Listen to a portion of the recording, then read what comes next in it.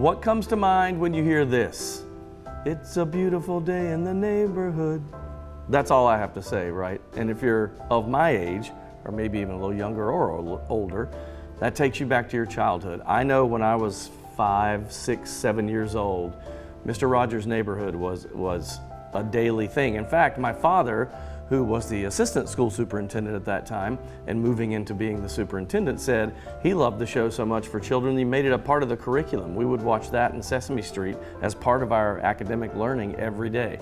Mr. Rogers' Neighborhood was an icon and a symbol. So recently I had to go to Pittsburgh, and I'd never really explored Pittsburgh all that much, and a friend of a friend used to work at the public television station in Pittsburgh where Mr. Rogers was filmed. He took me in. Here are the images that took me back, like unbelievable, back to my childhood.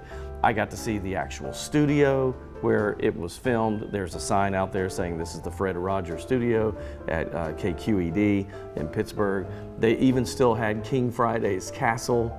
They had the big tree where X the owl lived. And I remember he loved Benjamin Franklin. That was like his idol. So all these little characters, I didn't get to see the puppet, but the trolley was there, and just pictures of Fred Rogers all over the place. Some people, older people, made fun of him, of course, later on in like the 80s.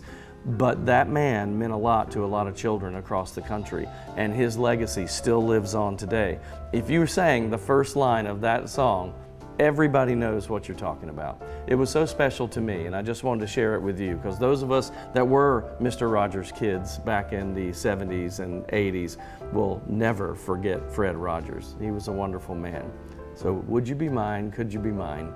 Won't you be my neighbor?